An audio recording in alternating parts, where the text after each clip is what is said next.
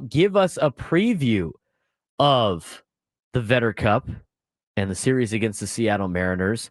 Longtime broadcaster of the Seattle Mariners, lead radio play-by-play voice, longest tenured broadcaster in franchise history of the Seattle Mariners, who has had an illustrious career that started a while ago. He had some time with the Tigers, some time with Ohio State. He's done a lot of impressive things in a broadcasting career. His name is Rick Rizzs, and he joins us today on the Braden Show. Rick, how is your Friday going? Thanks again for joining us.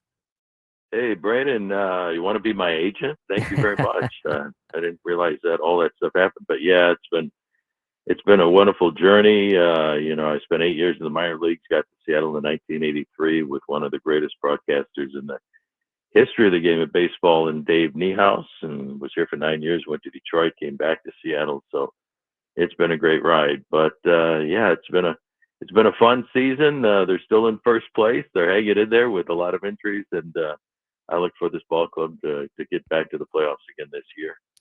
Rick, I want to get to the Mariners in just a second, but I am going to ask a question that personally benefits me. I do play-by-play at the University of San Diego, and Oh, good. anytime I get an opportunity to talk to a fellow play-by-play man, I like to pick his brain a little bit. I know there's a lot of people in our audience that are aspiring broadcasters in some sort of way. In your Yeah. experience that you have had, and over the years, what's and we don't have to get into a personal conversation, but what's the best No. advice that you have to young broadcasters that want to get into and maybe do one day what you have been able to accomplish?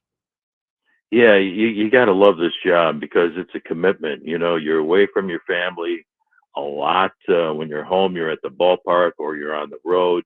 So you really have to love what you do. You got to love the history of the game and broadcasting. I fell in love with this game when I was a kid growing up on the south side of Chicago, Braden.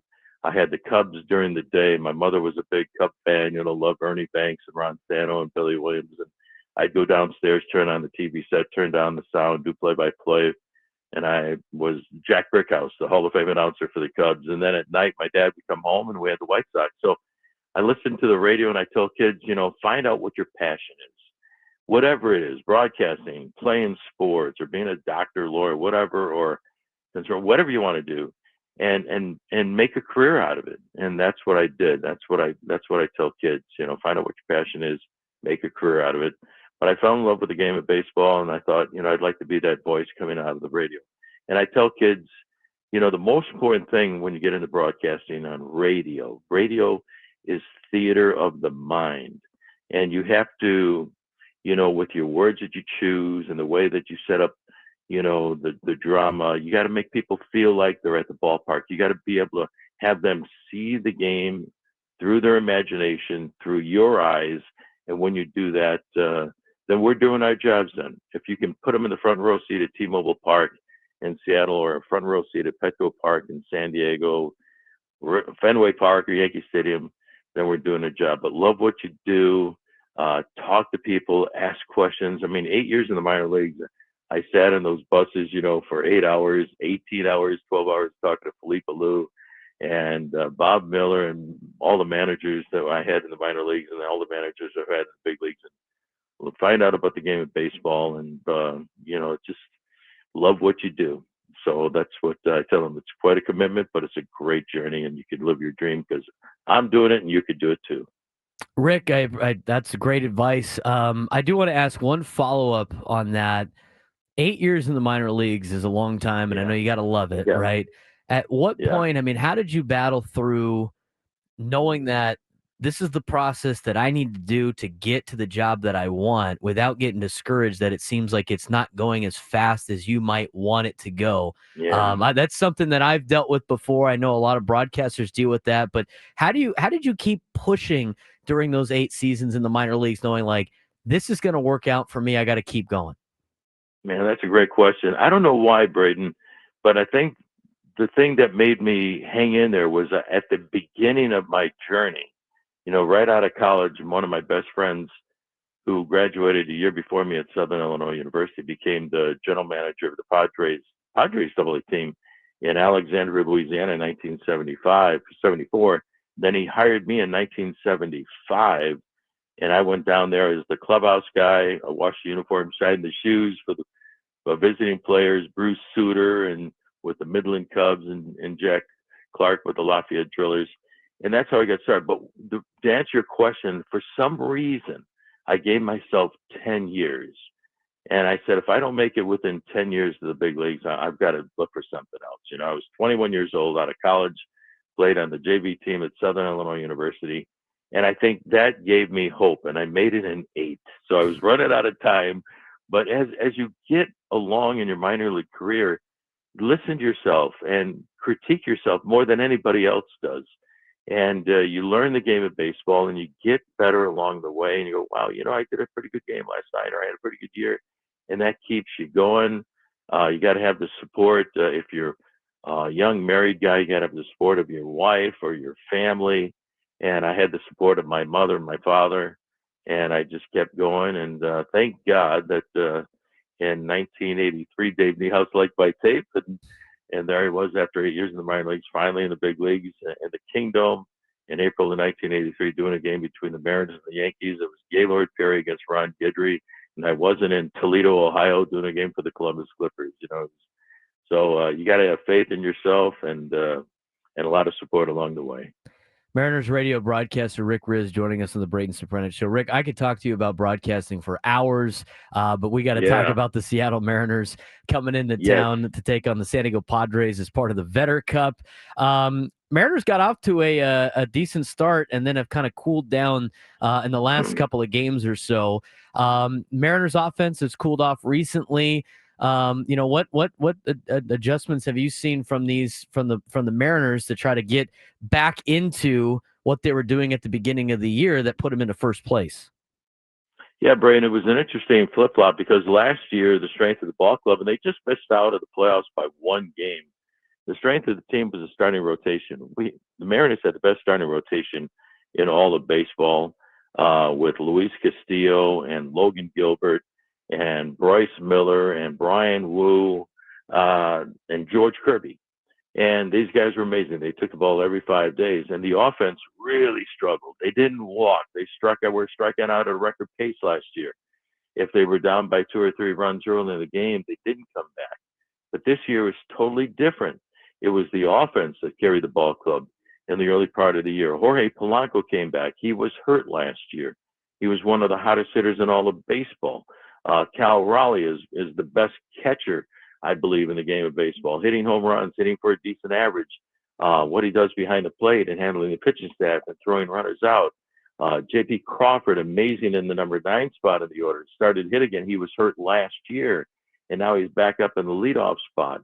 And on and on and on. Randy Arozarena, you know, coming up with huge hits late in ball games. Julio Rodriguez got off to a slow start, but now he's doing Julio things, and he's being the hitter that, you know, we know he can be, and playing great defense in center field. The bottom part of the order was doing great. So it was the offense that was carrying the ball club.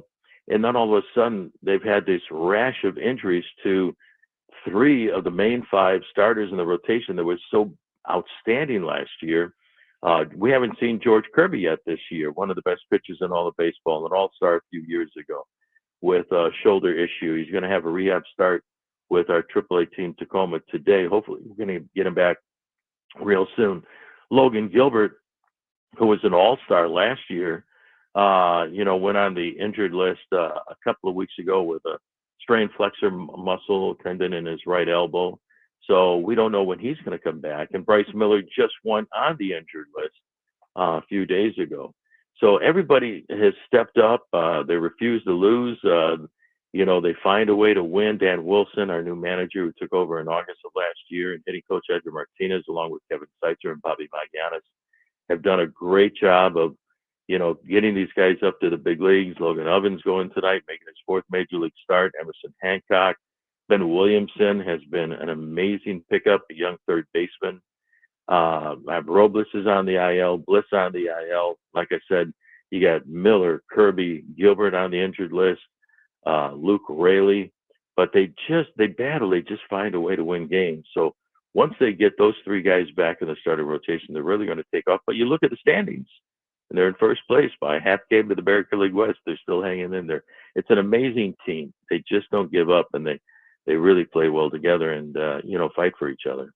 Mariners radio broadcaster Rick Rizzs joining us on the Braden Soprano show. You mentioned all the injuries to the starting rotation. That usually means not only does the offense got to pick it up, but the bullpen has to be able Yeah. to pick up some of the slack. How has the bullpen managed to maintain such a respectable ERA despite the increased workload due to the starters being out? Yeah, that's a great question. Guys have stepped up. Gabe Spire was hurt last year. He's been one of the best relievers, I think, in the game of baseball. One of our lefties down in the bullpen. They have one of the best closers in the game, and Andres Munoz, who was the American League reliever of the year in the month of April. He's got 13 saves. I think his earned run average is still 0. He's given up 2 runs, but both are unearned. And Matt Brash is back. He was out all of last year with Tommy John surgery, so it's great to have him back in there. And the other guys have pitched well, Colin Snyder and Trent Thornton.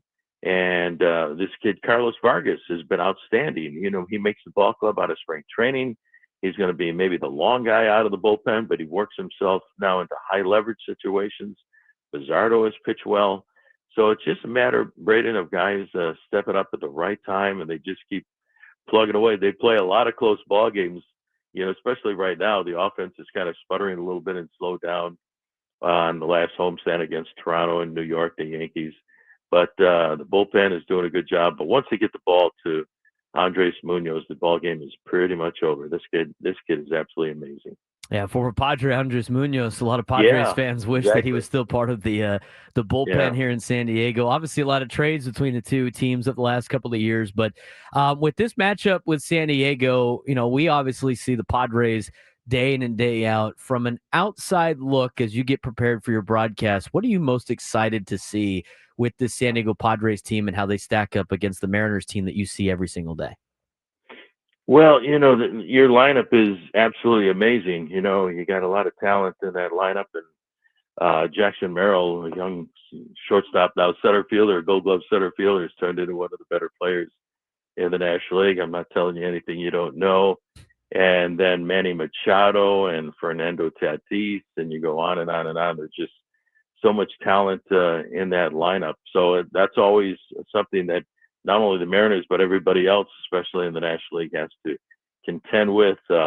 Michael King is having, as you know, a heck of a season for your ball club. We got Stephen Kolek going tonight, 2 starts, and he's won both of those without giving up a run. Nick Pivetta, veteran right-hander, 5-2 with a 3 ERA. Michael King, 4-1 with a 2.32 ERA. So it's going to be a great series. It's going to be fun. I'm looking forward to it. You guys have to contend with Brian Wu, the 3rd game of the series. Wu's been absolutely amazing last year and again this year. This kid has pitched so well, 4-1 with a 2.84 ERA, and that ERA is that high because of just one little bit of a rough outing. So it's going to be a great series. The Vedder Cup begins tonight, coming out to Petco Park, and I'm excited about Game 1 tonight.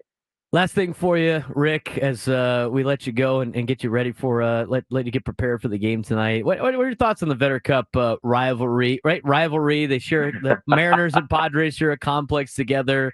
Seemed like they were the odd men out when it came to the interleague rivalry that they put together a long time ago. They finally put the Vedder Cup name on it. We know it from a kind of a sense of some trolling with the Vedder Cup, with Eddie Vedder being both a San Diegan and spending time in Seattle. What's the Seattle perspective of the whole Padres Mariners series? I think it's great that somebody has created this rivalry. I mean, you're believe it or not, our natural opponent, being far south of San Diego, because we don't have anything really close to us up there in the Northwest.